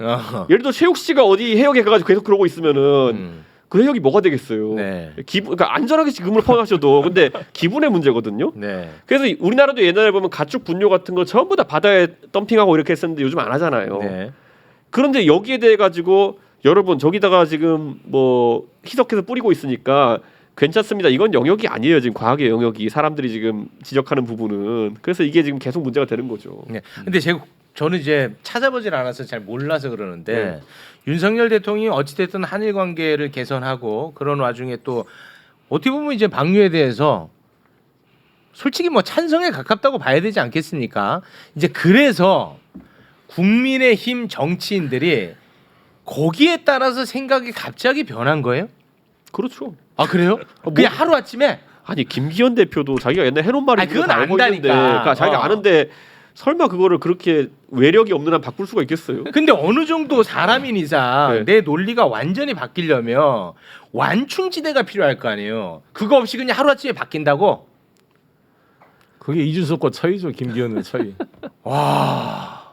이준석 대표는 그렇게 못할 거예요. 근데 사람이 항상 발언할 때 내가 입장이 바뀌었을 때도 이 말을 유지할 수 있을 것인가 이걸 고민해야 되거든요. 그렇죠. 완전히 유지하기는 어렵지만 네. 적어도 송영길, 이준석 같은 정치인은 그걸 생각하면서 논리의 일관성을 유지하려고 노력하고 있는 거고 네. 이 사람들은 그냥 표변해 보니까 나는 이 사람들은 인간이 아니라 무슨 AI 칩 딱 바꿔놓으면 그냥 로봇처럼 발언이 바뀌는 사람이니까. 그냥 로봇 같아. 요즘까지만 네, 하시지 로봇까지. 인간이 아니라 이렇게 하면 과격해 보이죠. 아니 근데 왜냐하면 너무 표변을 하니까 인간이라는 것은 정체성이 있잖아요. 네. 평소에 자기 말에 일관성이 있어요. 그 그렇지. 사람을 사회적 인간으로 보는 거지. 말이 180도로 바뀌면 그걸 어떻게 신뢰할 수 있어요? 그러니까 사람이 보통 그때는 맞았지만 지금은 틀리다 또는 그 반대를 할 때는 네. 내부적으로 자기가 이걸 정리가 돼야 될 거 아니야. 정당화할 논리가 있어요. 그렇지. 네, 그게 그런 거 없잖아. 없어. 근데 여기서는 이제 나오는 단어가 국익이거든요. 네, 국익이란 단어일 거 아니에요. 보면. 그건 뭐예요? 그 국익에 저는 대한 여기서 그런데 근거. 이런 말씀 드리고 싶어요. 어. 이걸 감수하고도 우리가 실질적인 국익을 달성했을 때 대중은 평가가 좀 바뀔 거예요. 그렇죠. 근데 아직까지는 오늘 대통령이 물 반잔을 먼저 채우면은 나머지 반잔이 따라올 것이다라고 박진 장관 얘기했잖아요. 네. 아직까지 물 반잔 혼자 따라놓고 지금 물 다 마를 때까지 기다리고 있는 형국이거든요. 그래서 지금 여론이 안 좋은 건데 저는 이번에 솔직히 이번에 캠프 데이비드 뭐 이렇게 광고할 때 네. 나머지 물 반잔이라도 올 줄 알았어요. 어. 그러니까 저는 그런 거예요. 저는 제 입장에서 불만은 이렇게 달려나갔으면 이거 언제 오냐 이건 거고 민주당에서는 지금 그래서 이 공격의 궤를 좀 잘 잡아야 돼요. 아. 그러니까 많은 국민들은 이걸 기다리고 있다 저는 생각하거든요. 대통령이 왜 저랬는지는 대충 알 것 같아요. 이제 본인은 국익이란 걸 노렸고 그 국익이라는 거는 한미일 삼각관계 속에서 이득을 얻겠다는 건데 전기차 문제 해소 안 됐죠. 네. 그리고 한미일 이번에 준군사동맹이라는 식으로 얘기 나오는 거는 우리의 주적은 북한이고요. 미국과 일본의 주 그 경계 대상은 중국이에요. 원래 군사적 동맹이나 아니면 군사적인 연합체라고 하는 것은 하나의 공통된 어떤 대상을 대해서 하는 건데 우리가 그러면 중국을 그러면 그런 위치로 놓을 것이냐 아니면 미국과 일본이 우리를 따라서 북한에게 그런 반응을 보일 것이냐 뭔가 안 맞는 느낌이 드니까 보수층에서도 이제 잠깐 뭔가 내준 거에 비해서 받아온 게 빈약한데 이런 생각을 하는 거예요. 아, 합니까? 저는 계속 하잖아요. 아니 근데 그 방금 말씀하신 것 중에 전 딱 하나 또 귀에 딱 거슬렸던 게 있어요. 저 자리에 앉아 그러면 전기차 문제는 해결 안 됐죠. 이렇게 네. 말씀하셨잖아요. 표현을. 네. 근데 해결할 의지가 있나? 난 그것까지 의심이 돼요. 제기라도 해봤습니까? 그러니까 외교적 기밀을 내가 어떻게 알겠어요? 아 몰라요? 내가 그 어떻게 정도 알겠어요? 위치 있지 않아요? 아니, 몰라요. 그러니까 사실 너무 이제 이준석 대표 입장에서는 이렇게 헤아려 줘야 되는 것은 이해를 하지만 아니 꼭 그렇게 얘기. 마땅치 않은가 봐. 아무런 반대 급부가 없잖아요. 어. 정말 한미일 삼각 그 뭐 캠프 데이비드 협정이 뭐예요? 미국의 오랜 꿈이 이루어진 거예요. 카스라 때부터 이후로 지금 네. 일본을 중심으로 한 동아시아 질서에 대한 전략적 포인트가 해결된 거고 우리는 배터리 문제 해결 안 됐죠. 그다음에 사용 해결료 재처리 원자력 협정 개정 문제. 그다음에 웨스팅하우스와 지적 소유권 문제 해결돼야 폴란드, 사우디 우리가 원전 수출이 원전. 가능합니다. 네. 근데 오히려 지적 소유권을 옹호하고 IAEA 추가 의정서를 준수한다 이렇게 합의를 하고 왔어요. 더 수출 못합니다. 네. 어떻게 원전 수출합니까? 웨스팅하우스 동의 없이. 영업사원인데. 영업사원인데 네. 오히려 더 발목을 잡고 판매를 못하도록 해놓고 와서 지금 영업사원이라고 떠든다는 게 웃긴 일이고. 그다음에 이제 바이오 문제라든지 그다음에 거기 가서 일본의 문제에 대해서 아무런 제기를 안 하고 온 것은 진짜 직무유기 아닙니까? 어떻게 미국이 동해 병기라도 해달라고 이야기를 해야지. 한미일 합동을 위해서 일본이라면 앞으로 우리 애국가를 동해불과 백두산이 아니라 일본해와 백두산이 마르고 닳도록. 그건 농담으로도 하지 정말 마세요. 정말 이렇게 될 수 있는 거잖아요. 네. 저는 민주당이 그렇게 이제 가서 또 친일론으로 갈 게 아니라 저는 이런 생각을 해요. 그러니까 제가 야당 대표 시절이죠. 네. 그때 이제 민주당이 여당일 때 그때 기억나는 게 정의용 외교부 장관이 네. 저한테 이제 전화가 한번 오셨던 적이 있었어요. 네. 그때 그것 때문에 그 어디더라 난민들 들어오는 문제 때문에 아니야. 제주도 아프간 특별 난민들 그 그렇죠. 오는 과정에서 네네네. 그때 이제 정의용 특별 장관이 기업. 요청하셨던 게 뭐냐면은 보수 쪽에서도 이건 국익을 위해 가지고 같이 좀 뜻을 합쳤으면 좋겠다. 아프간 특별 기여자 입국에 대해 가지고 그래서 제가 그때 그걸 듣고 저희 내부끼리 고민해 가지고 이거는 뭐 저희가 봤을 때도 아프간에서 우리를 도왔던 사람들에 대해서 우리가 예의를 다해야 된다. 난민이나 아니면 이민 이런 문제에 대해서 보수 일각에 반감이 있다 하더라도 그건 우리가 우리 지지하는 국민들 설득하겠다라고 얘기했거든요. 근데 그게 이제 외교에서 굉장히 중요한 게 저는 이번에도 만약에 미국에 대해서 아니면 일본에서 뭔가 지렛대를 만들려 그러면은 저는 민주당에 어느 정도 요청을 할 수 있는 부분도 있고 아니면 예를 들어 오염수 같은 문제도요. 저는 이랬었는데 생각해. 제가 만약에 이재명 대표를 상대한다고 했을 때는 이재명 대표 우선 들어오시라고 할 것 같아요. 그래서 얘기하면서 일본이 어차피 방류할 거고 이런데 이재명 대표는 무슨 다른 생각이 좋은 생각이 있습니까? 물어보면 이재명 대표는 대단한 생각 없을 거거든요. 대단한 대책이 없겠죠. 뭐 일본은 무력 침공할 것도 아니고. 그러니까 그러면은 이제 거기서부터 이재명 대표는 머리를 맞댈 수 있는 게 생기는 거거든요. 그러면서 이제 하나씩 조율된 안을 만들고 때로는 우리 정부는 뭐 과학을 따르겠다 이러면서도 민주당은 더 센 말을 해가지고 협상장에 가가지고 야 우리는 돕고 싶은데 우리 지금 180석 아니야 민주당이 근데 민주당이 저렇게 반대하는데 우리도 좀 면이서게 해줘라 이렇게 협상의 묘를 살렸어야 되는데 범죄자라서 안 만나겠다 이러고 끝났잖아요. 저는 이렇게 되는 순간 우리 외교 협상력도 떨어지는 거거든요. 네, 저는 이런 것 때문에라도 여야 협치가 안 풀리면 앞으로 외교적으로 이런 굉장히 우리가 다른 나라 정상들한테 끌려다닐 수밖에 없는 상황이 나올 수 있다. 이걸 굉장히 오히려 우려해요 지금. 네. 근데 거기 하나의 모순점이 우리 이준석 대표께서는 윤석열 대통령이 그러한 문제 제기를 해서 협상을 의지가 있었을 때 그게 성립이 되는 말이고 맞아. 아예 그럴 생각이 없고 맞아. 문제 제기를 한 적도 없고 맞아. 그냥 충성하고 있는 거예요 그냥. 그 행동대장식으로 미국 일본의 충성. 미국 일본의 전략적 이익은 다 동의해주고 우리가 얻고자 하는 내용을 문제 제기를 해서 지금 협상력을 만드는 게 아니라 문제 제기를 했다는 증거가 하나도 없어요 지금. 무슨 문제 제기를 했는지. 외교 기밀이겠죠. 근데 저는 단순히 이재명 대표가 뭐 범죄자 이렇게 얘기하는 게 아니고 저는 만약에 송영길 대표가 했더라도 지금 시각이 보세요. 공산 전체주의 세력, 반국가 세력, 적화 통일 추종 세력 야당을 그렇게 보고 있어요. 네. 그건 당 대표가 누가 돼도 마찬가지예요. 이번에 연찬에서도 그러니까. 그 관련 발언했죠. 그거는 그러니까 이재명 대표 개인의 문제가 아니라 민주당을 바라보는 시각 자체가 이게 무슨 저 북한이나 따라다니고 뭐 적화 통일에 동조하는 세력 이렇게 보고 있기 때문에 네. 제가 보기에 이재명 대표 아니어도 안 만났을 거예요. 아니 우리 전당대회 때는 안철수도 주변에 공산주의자 공산 활동했던 사람이 좌익 활동했던 사람이 많다고 공격했는데 그러니까. 신영복 선생 뭐 사인했다 그런 거죠. 네. 안철수가 어디를 봐서 공산주의자가 가깝습니까? 자본주의에 최적화된 사람이 제가 공산주의자를 해도 그런 사람 포섭 안 해요. 제가 봤을 때는. 근데 안철수 너무 싫어요. 이준석 얄미워. 아니 미워지 마라 안철수. 아니 사업하는 사람이고 나름 크게 성공을 이뤘고 네. 이념에 추천했는데 별로 이념에 추천한 것 같지도 않고 포섭을 해도 어떻게 그렇게 포섭을 합니까? 저는 아닐 거라 보거든요. 뒤끝창이다 근데 이거. 그러니까 저는 이제 그런 거 자체가 네. 나 빼곤 다 공산주의자라 하면 안 되는 거고 저는 그래서 걱정이 돼요. 외교적으로 앞으로 지렛대가 뭐가 있을까? 지렛대가 없으면 계속 이런 협상이 반복될 텐데 네. 저는 그런 생각이 듭니다. 그러니까 연찬에서 했던 말도 도저히 이해가 안 되는 것은 이게 양쪽 날개를 얘기해서 거기까지는 오케이. 네. 그다음에 같은 방향을 봐야 된대.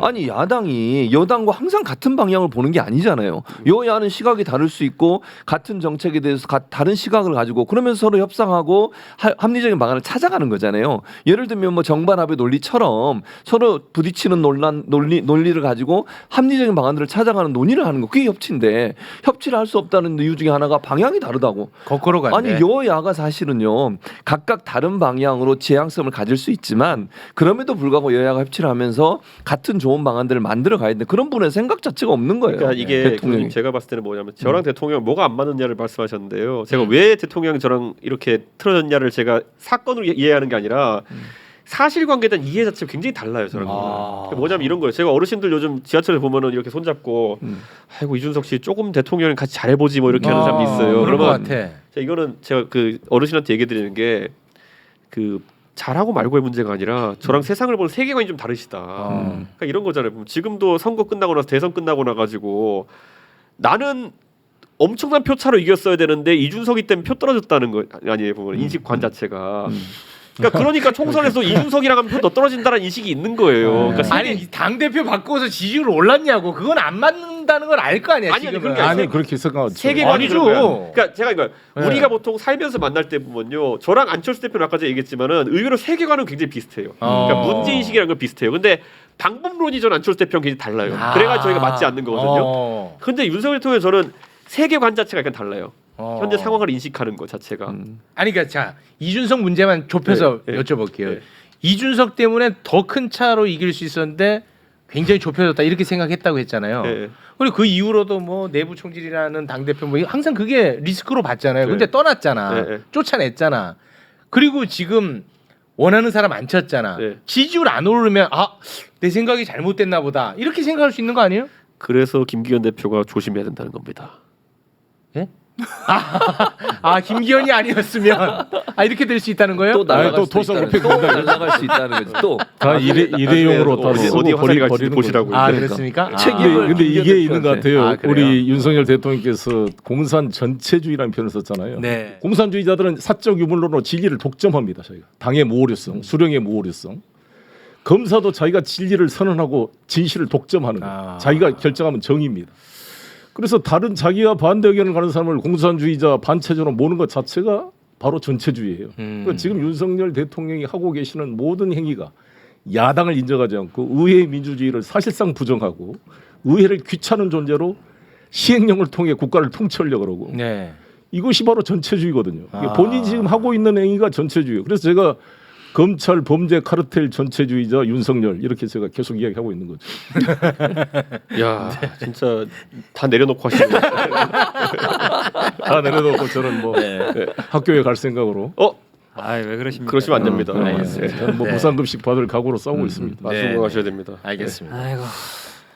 요거는 뭐 깊이 있게 얘기할 건 아니고 갑자기 떠오른 게 그 우크라이나 그 당 대표 시절에 갔다고 또 예. 욕 바가지로 먹었는데 나중에 봤더니 또 우크라이나 엄청 관심 많더만. 아니, 대통령이 가라 그래놓고 나중에 아니 왜 욕 먹은 거야 그때는? 참 이중적이네. 그러니까 이렇게 말씀드릴 수 있을 것 같은 게요. 저 우크라이나 간다 그래서 처음에는 좋아요 다녀오십시오 이랬었어요. 아 네. 그래요? 네, 그랬대요. 나중에 가가지고 또 욕 바가지 먹지 않았어요? 스리슬쩍 TV조선에 가지 말랐는데 가더라 이렇게 해가지고. 그거 봐. 네, 근데 그게 참 이상한. 저는 단언코 가지 말라 소리 들은 적이 없습니다. 아 그렇습니까? 네, 그리고 그 다음에 이제 또 이제 갔잖아요 이제는. 본인이 아니 같이 그러니까요. 그것도 그러니까 수행할 때 같이. 네, 엄청 관심이 많던데. 이준석 대표가 자기가 가야 될 때가 스포트라이트 받는 게 싫은 거죠. 그럴 수도 아, 있겠네. 그런 거예요? 아니 그럼 간다고 할 때 가지 말라고 하든지. 그러니까 저는 이게 앞으로 그러니까 계속 이런 문제가 생길 거예요. 예, 근데 지금은 우리 국회의원들이 많은 걸 뒤집어서 써주고 있는 거예요. 아. 제가 검수완박 때문에 보수층에서 그 권성동 대표가 욕 많이 먹을 때 제가 주변 사람들한테 그렇게 얘기했어요. 권성동 대표가 뒤집은 거 아니다. 예, 그러니까 권성동 대표 욕하지 마라. 나중에 이게 그렇죠. 밝혀질 날이 있을 거다. 그렇죠. 근데 권성동 대표 이미 보수층에서 만신창이 됐어요. 아. 예, 그 야합한 사람으로 돼버렸어요. 아 그래요. 예, 예. 아. 야합한 사람으로 돼버려가지고 아, 권성동 대표가 메시지로 서로 말이죠. 내부 총질로 이준석 이거 뭐 이거 서로 소통했던 분 아닙니까 네. 대통령. 근데 그걸 소통하지 않고 합의해 줄 리가 없잖아요, 사실. 그러니까 저는 나중에 말을 바꾼 거죠, 대통령이. 저는 나중에 조회수가 다급할 때 한번 하겠습니다. 알겠습니다. 방향은 근데 어쨌든 그 방향으로 가게 돼 있어요. 그때 합의했던 방향으로. 뭐를 검찰 수사권 그러니까 안 갈 수가 없어. 뭐라고요? 못 알아들었어요. 방향에 검찰 수사권은 어떤 식이든지 간에 없어질 수밖에 없다고. 음. 그때 당시 합의했던 사안으로 가게 돼 있다. 아, 네, 알겠습니다. 이거는 이준석 대표한테만 짧게 여쭤보고 네. 정치 이야기로 좀 넘어갈게요. 예예 서울 양평강 고속도로 있잖아요. 예예. 그거는 어떻게 보세요? 아니 난 진짜 그거 대선 땐 들어본 적도 없다니까요. 그러니까 무슨 말이냐면은 아, 종점 변경안에 대해서. 그러니까 그 양평은 우리 국민의힘 우세 지역이기 때문에 어. 거기에다가 무슨 파격적인 대단한 공약을 내겠다는 그 의지도 별로 없었어요 사람들이. 근데 갑자기 이게 대두돼가지고 깜짝 놀랐죠. 당선되자마자. 그 어떻게 보세요 이거? 말하기 조심스럽지. 아니 나는 이제 궁금하더라고. 어려운 질문하지 마시고. 어. 이건 어렵지 않은 게 민주당이 제정신을 차리면은 네. 12월 특검 때 이거를 이슈화 시킬 것이고. 아. 네. 근데 민주당이 그래요. 요즘 하는 걸 보니까 어. 저는 이재명 대표의 정치적 능력에 대해서 굉장히 박하게 평가하게 됐어요. 이제. 아. 네. 그러니까 전혀 타이밍도 안 맞고 전술도 안 맞는 상황에서 네. 계속 이분이 시간만 보내고 있다. 어. 네. 저는 과거 도지사 이재명이나 아니면 시장 이재명에 비해 가지고 당 대표 이재명은 굉장히 박하게 평가합니다. 아. 네. 그만큼 아무튼 이 사건에 대해서 묵직하게 보는 것 같은데 그 원희룡 장관이랑 또 친분이 있잖아요. 네. 물론 뭐 대선 기간에 좀 싸우긴 했습니다만 네. 이분은 여기에 왜 이렇게 진심인 거죠? 이런 거예요. 원희룡 장관 제가 어릴 때 제가 27살 이럴 때 당에 있으면은 뭐 그때 막 김무성 대표 이런 분들이랑 원희룡 장관 뭐 해서 남경 비서 이래서 밥 먹잖아요. 그럼 기본적으로 사람들이 부르는 호칭이 희룡아였어요. 희룡아? 야, 희룡아. 아, 그러니까 점 어리다. 그러니까 그 나이대에서는 항상 10살 정도 이상 어린 사람을 취급받았고 아, 그러다 보니까 원 장관도 항상 그런 취급받으면서 나중에 이제 제주도지사 나가잖아요. 그때 원지사 처음에 안 나가려고 그랬어요. 그런데 나중에 막 김무성 대표가 막 너 안 나가면 나 다시 너 안 본다 이러고 막 압박해서 내보낸 거거든요. 그런데 원지사가 이제 나가가지고 제주도에서 8년 동안 있었지만은 중앙 정치에 복귀하고 싶은 마음이 강했던 거죠. 네. 왜냐면 본인이 그때 거기서 밀려나서 2014년에 출마하지 않았으면은 왠지 우리 또 겪어보지 않은 세계. 아, 내가 원내대표도 한번 했을 것 같고 서울시장도 한번 했을 서울시장도 한번 했을 것 같고 아, 그럼 대선 내가 대선 후보 했을 것 같은데 뭐 이런 생각이 드니까 아, 우리는 다시는 비주류 생활하지 않겠다가 이제 마음에 꽂았다 그래요. 아, 그런데 여기서 지금 그러면은 본인 입장에서는 여기서 내가 어떤 선택을 해야 되느냐. 이쪽을 따라가서 밀어붙이든지 아니면은 나중에 이걸로 책임지던 둘 중에 하나잖아요. 네. 밀어붙이는 길로 간 거죠.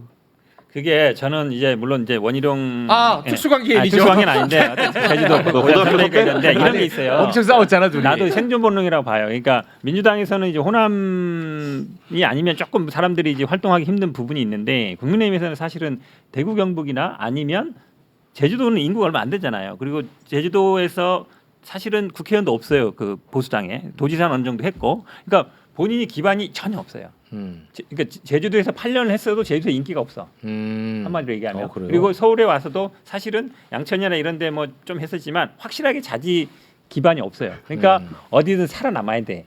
이번에 무조건 공천 받아야 되고. 저는 그게 딱 1번이라고 봐요. 저는 근데 여기서 네. 이걸 현근택 변호사 말에 대해서 부연하자면은 제가 제주도 저희 판세 분석 많이 하잖아요. 이번에 제주 도의원 선거에서 저희가 지방선거에서 서귀포는 거의 다 이겼어요. 그런데 원희룡 지사 서귀포 출신이거든요. 그래서 냉정하게 원희룡 지사가 내년에 의석 하나 획득하는 게 목표라 그러면은 서귀포 출마하면 돼요. 거기에 그 서귀포 제주 제2국제공항 그 아이템도 있고 해서 국토부 장관으로서 밑밥을 깔 수 있는 것도 많았어요. 근데 그걸 선택하지 않고 지금 계속 어떻게 수도권에서 출마할 기회를 여기저기 보는 거는 뭐 동작이니 고향 갑이니 뭐 이렇게 해서 얘기 나오는 거는 의석 하나 따는 게 목표가 아니라는 거예요. 서귀포 출마를 안 하기 위해 가지고 다시 이걸 계속 여기저기 다른 데를 보는 거거든요. 그게 아까 말했던 건 원지사의 8년 동안 제주도에서 얻은 경험이에요. 다시는 제주도 가지 않겠다. 그래서 저는 여기서 그런 맥락에서는 뭐든 해야 되는 거죠, 자기는. 아니 이거를 뭐 제가 대표님한테 따질 부분은 아닌데 민주당의 대여투쟁 너무 약하다 이런 그 댓글도 너무 많이 올라와가지고 제가 한번 여쭤봅니다. 정말 심각합니다. 심각한 건 맞아요? 정말 웰빙 정당이 돼서 그건 지금 맞아요? 이 야당으로서의 전투 모두가 안 돼 있고 지금 본인들 뭐 다 그렇지는 않겠지만 너무 안이한 것 같아요. 그건 맞군요. 좀 심각합니다. 그래서 네. 정말 제가 밖에서 열심히 싸우고 있어서 이게 당원들의 호응이 있고 그래서 아마 민주당 의원들이 같이 동참할 수 있도록 유도를 하고 있는데 네, 조금씩 변화가 생길 것 같습니다. 네, 알겠습니다. 자 그럼 정치 이야기 좀 해볼게요. 국민의힘 네. 지금 뭐 수도권 위기론이라고 해가지고 뭐 총선배에 누굴 태우네 안 태우네고 난리지 않습니까? 일단 개인적으로 궁금한 거 언제 또 볼지 모르니까 이준석, 유승민 공천 받습니까? 또는 공천 받고 싶습니까? 그 질문 끝이에요? 저는 이제 계속 질문 받을 때마다 똑같이 얘기해요. 네, 공천 신청은 하겠죠. 네, 그런데 거기서 뭐 장난칠 기미가 보이면은 네. 다른 행동을 한다. 그 안에는 많은 사람들이 물어보는 무소속 신당 뭐 다 포함돼 있고. 다 포함되고. 네, 근데 제가 뭘 하나 방향을 정해놓고 움직일 필요는 없는 것이고. 네. 그런데 이제 이런 거죠. 나중에 가면은 정말 주기 싫을 거예요 공천을. 이준석한테. 네. 네. 안 주겠지. 아, 그래요? 정말 주기 싫을 거예요. 아니 그 총선이 막 엄청 중요하다며. 이거는 대통령한테도 매우 중요하다며. 네. 그럼 이준석이라도 불러가지고. 아니 그러니까 아까 말 세계관이 다르다니까요. 이준석이랑 있으면 표 떨어진다예요. 네. 그러진 않을 것 같은데. 그러니까 그냥 이준석이 불편할 수는 있는데 이준석이 오면 표 떨어진다 이렇게까지는 않을 것 같은데. 그걸 믿으니까 이 꼴 난 거죠. 그러니까 애초에 많은 사람들이 왜 싸웠냐 그런 게 아니라 진심으로 자기가 대선에서 크게 이겨가지고 국정 동력을 이끌 수 있었는데 이준석이란 놈이 껴가지고 네. 살짝 이겨가지고 내가 지금 고생하고 있다 이런 세계관이에요. 지금도요? 네. 그러지 그렇기 않을 것 때문에 같은데. 이준석 없이 대승하고 싶은 마음이 있을 겁니다.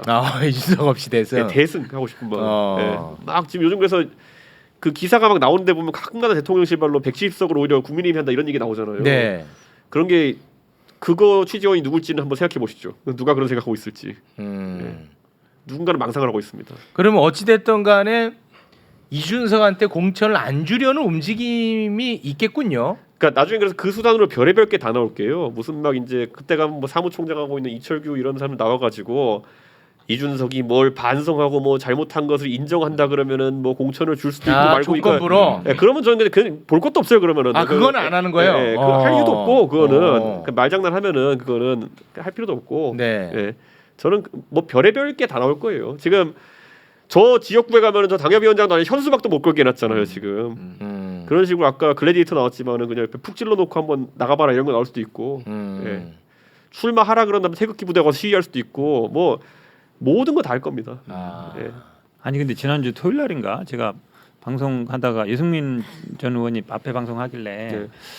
준석이랑 요즘 좀 가끔 만납니까? 사이 안 좋아 내가 볼 때는. 내가 볼 본지 때는 안 오래됐다 좋아. 그러더라고. 내가 볼 때는 안 좋아. 이것도 좀 희한해. 우리가 아. 보기에는 두 분이 그래도 정치 인문 아버지랑 관계도 있고 친하고 또 같은 길을 사이 갈 안 것 좋아. 같은데. 내가 정확하다고 그런 그러니까, 거는 내가 그런 건 귀신이에요. 예. 사이 안 좋다니까. 왜? 유승민 대표가 예. 이준석 대표를 향해서 개장수라 그랬어. 네? 개장수? 언제? 양두구육 관련해 갖고 방송 나와서 그랬어. 근데 했어. 여기서 이제 이런 게 뭐냐면 유승민 의원이 저를 정치 입문시킨 거 아니에요. 아, 그래요? 이게 그러니까 이게 와 이거 봐. 이런 게 재밌지. 아 재밌다. 그러니까 이런 게 이제 이런 게 뭐냐면 현근택 변호사가 너무 보수 유튜브를 많이 봐가지고 보수 유튜브의 이론을 다 받아들여서 그런 건데. 그런 거예요? 예, 유승민 우리 다 의원이 그렇게 알고 있잖아요. 아버지 친구니까. 그러니까 그만 보라고 이몽규 TV 이런 거. 그러니까 현근택 변호사가 이제 얘기한 이런 게 이제 일반의 대중의 인식인데 네. 그런 상황은 아니고 그 유승민 의원 같은 경우에는 지금 저도 요즘 하는 말을 보면은 신당을 하려는 것 같아요. 100%. 예. 근데 여기서 이제 보면 결국 제가 신당을 해본 사람이 유승민 의원이랑 그럼 또 어떤 준비를 하고 있으면 어떤 사람과 할 것이냐는 또 약간 미지수예요. 신당이라는 게 나중에 뿅 하면 될 것 같지만 의외로 그렇지. 보수 쪽에서는 이제 이 원래 단체를 끼면 쉽거든요. 예를 들어 민주당은 노조를 끼면 쉽고 보수는 예를 들어 교회를 끼면 쉽고 이런 게 있어가지고 뭐 1000명 명부야 금방 만들어가지고 이 당원 만들고 하는데 유승민 의원이 그런 게 참 안 돼요. 네. 어떤 조직을 끼고 하는 게 안 되기 때문에 옛날에 바른미래당 나와가지고 새로운 보수당이라는 정당 차릴 때 그때 5,000명 모으느라 되게 힘들어했습니다. 네.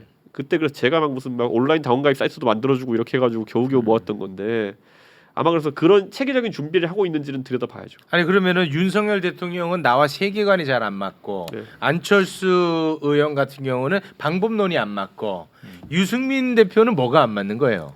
안 맞고 이런 건 없어요. 그건 없어요? 네, 철학적으로는 저랑 되게 비슷하고. 네.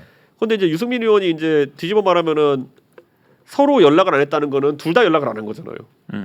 그래도 대표님이 하셔야죠. 예, 뭐 그런 거죠. 그러니까 뭐 딱히 연락할 일이 없는 거죠. 그러니까. 이거 대표님 잘못한 거 아닙니까? 아니 어떻습니까? 대표님 잘못한 거 아닙니까? 아니 필요가 없으니까 그러겠죠. 그래요? 예. 어. 이준석은 홀로 쓰려고 그런 거- 홀로서기로. 그런 것보다도 이미 혼자 섰고 왜냐면 너무 컸어 근데. 유승민 전 의원은 그 야당 대표를 못했잖아요. 못했잖아. 그러니까 대표를 더 커버렸어. 했잖아요. 더 내가 볼 때 커버린 거지. 본질은 거기 있다고 그거에 봐요. 맞아요. 맞죠? 맞아요. 키워준 사람이 넘어버린 너무 거지. 넘어버렸어. 그러니까 거기에 이딱이 아까 말했잖아. 키워준 게 뭘 또 키워줬다는 이게 내가 볼 때는 발끈하네. 키워줄 수 있다. 내가 지금 아니 내가 발끈해. 보면 아, 그 근태기 형이 진짜 보수 유튜브만 틀어놓고 자라보네. 나안 본다니까. 아니 그 사람 다 보수 그렇게 유튜브- 알고 있으니까. 보수 유튜브의 세계관은 뭐냐면요. 딱 그런 거야. 유승민, 이준석, 김종인, 김무성이 항상 윤석열 정부를 끌어내리기 위해 가지고 넷이 모의하고 있다. 근데 제가 단언코 말씀드린 건 이 넷은 둘도 뭉쳐서 밥 먹은 적이 없어요. 저랑 김종인 위원장 정도만 교류할 뿐이지 나머지 둘은 넷은 어떤 조합으로도 교류를 안 해요. 네. 그러니까 그런 세계관을 그만 빠지라고. 네. 알았어요. 알겠습니다. 다 컸다 이제. 네. 대표님. 네. 그럼 민주당 이재명 대표는 추석 전에 구속영장 청구될 것이다. 뭐 이런 네, 이제 네, 네. 추측성 보도가 많이 나오던데. 네. 이거 어떻게 보십니까? 아니 이게 검찰이 저렇게 쇼만 하지 말고 빨리 청구하려면 청구하고 청구해서 자신이 또 없는 면도 있잖아요. 재고 있다고요. 저는 청구돼서 영장 실질 심사를 받게 되면 기각될 가능성이 높다고 봅니다. 사실 이게 뭐 구체적으로 돈이 오간 것도 아니고 다 네. 정무적 판단, 정책적 판단이잖아요. 네. 제가 계속 강조하지만 IMF 환란을 일으켰던 강경식 경제부총리와 김인호 경제수석이 YS 대통령 때 최종 대법원에서 무죄 판결이 났습니다. 정책적 판단을 법률적으로 평가할 수 없다. 평가할 수 없다. 그러니까 왜 대장동도 5,500억을 회수했는데 더 회수할 수 있는 걸 덜 회수했냐? 이게 배임죄라는 거 아닙니까? 성남 FC 제3자 뇌물죄라 그러면은 저부터도 모든 지금 지방자치단체장 시민 구단 운영하는 사람 대부분 걸립니다. 3자 뇌물죄로. 그다음에 백현동 건도 53%인가를 공공용지로 환수를 했다는 거 아니에요. 그러니까 사업자가 이익을 남기려고 축대 쌓고 건설한 겁니다. 이런 판단을 가지고 구체적으로 이 대가성 돈이 와갔다면 구속이 되겠지만 나는 이게 쉽지 않다. 네. 이렇게 봅니다. 그러니까 방금 말씀하신 그래서 것처럼 네. 계속 검찰이 그냥 정치적으로 쇼만 하고 바람만 피우고 있고 영장 청구해라. 그러면 이재명 후보 당당히 가서 구속될 각오를 하고 저는 변론을 하면 넌 기각될 수 있다. 이렇게 생각이 들고 설령 구속되더라도 또 거기에 맞춰서 민주당은 싸우고 갈 수 있기 때문에 저는 자신 있게 했으면 좋겠어요. 아니, 근데 아, 마지막에 자신 구속되면 끝날 것 같은데요. 그래요? 끝난다는 게 뭐예요? 그건 다른 구속되면은 총선은 끝날 것 같은 게 다른 게 아니라 문제죠. 예. 저는 이런 게 있어요. 제가 민주당의 이제 소위 비명계라고 하는 의원님들을 만나게 되면은 이런 네. 얘기를 해요. 그래 당신들이 이재명을 싫어하는 건 알겠는데 그러면 지금 시점쯤 되면은 이재명 대안이 누구다라는 거를 띄워놔야 국민들이 공감을 할 거다. 근데 지금 봐서는 각자 저 사람이 나가면 내 자리다라는 생각으로 싸울 것 같은데 그래가지고는 더 혼란스럽다. 그게 그렇죠. 지금 사실 이재명 대표가 구속됐을 때 딜레마거든요.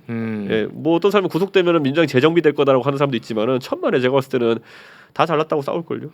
예. 근데 그 국민의힘에서 진짜 이재명 대표가 구속 안 되고 지금 이 현 상태로 있는 거를 더 선호해요?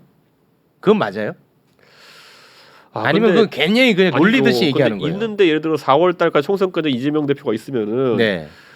혐의점이 부족한 게 아니라는 비판이 국민들한테 나오겠죠. 아, 그러면 그때까지도 이제 그러면. 그렇기 때문에 그것도 부담이기 때문에 총선 기간에 진입하기 전에 그러니까 가까운 미래에 어떤 판단이 나오지 않으면은 이것 너무 장기화되면 곤란합니다. 아 그렇습니까? 예, 국민의 입장에서도. 최진봉 교수님 그냥 가세요. 있는지도 몰랐어요. 예, 뭐 약속 있으면 그냥 가시면 돼요.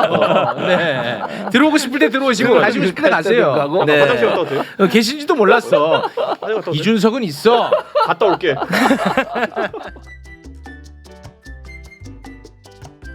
뭐, 왼쪽 발 갖다 놔. 아이 그 필요가 없어. 뭐 다 이런 같이 걸왜 노래 한번- 보였어요? 아, 이거 참 따뜻하시네. 하나, 둘, 셋, 넷. 생일 축하합니다. 생일 축하합니다. 사랑하는 재우의 생일 축하합니다. 네, 고맙습니다. 아 케이크 너무 예쁜 것 같아. 아니 그게 아니라 이 조카한테 줘야 되는 거. 일부러 꼽주려고 제가 분홍색으로 골랐습니다. 뭐 이런 거를. 아무튼 너무너무 고맙습니다. 꼭 다 먹으세요. 아, 예, 생각보다 너무 오래 해가지고 네. 급하게 좀 마무리 지어야 될 것 같습니다. 네. 일단 우리 그 이준석 대표가 하고 있는 여의도 재건축 조합 네, 구독자 좀 올려드리면 그렇죠, 다음에 그렇죠. 또 센 거 하나 갖고 다시 나오시기 바랍니다. 고민해 보겠습니다. 고맙습니다. 대표님은 뭐 특별히 원하는 거 없잖아요. 저희도 송영길 TV를 활성화하고 있습니다. 많이 참여해 주시고. 대표님 아, 그래요? 원래 무슨 TV 이렇게 이름 짓는 건 보수의 방식인데. 아, 네. 맞아요. 이봉규 TV 이런 거 언제 우리 인석 대표도 한번 나와주세요. 네. 나도 제가 직접 나갈 테니까. 알겠습니다. 서로가 도움 안 되는 거 아니에요? 네. 네. 나도 빨리 하나 만들어야 되겠는데 네. 이거. 네. 아무튼 오늘 저 나와주셔서 정말 고마웠습니다. 네, 맞습니다. 감사합니다. 네. 감사합니다.